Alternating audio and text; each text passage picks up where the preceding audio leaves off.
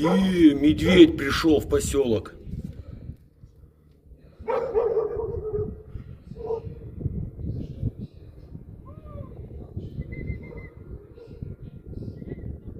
Миша!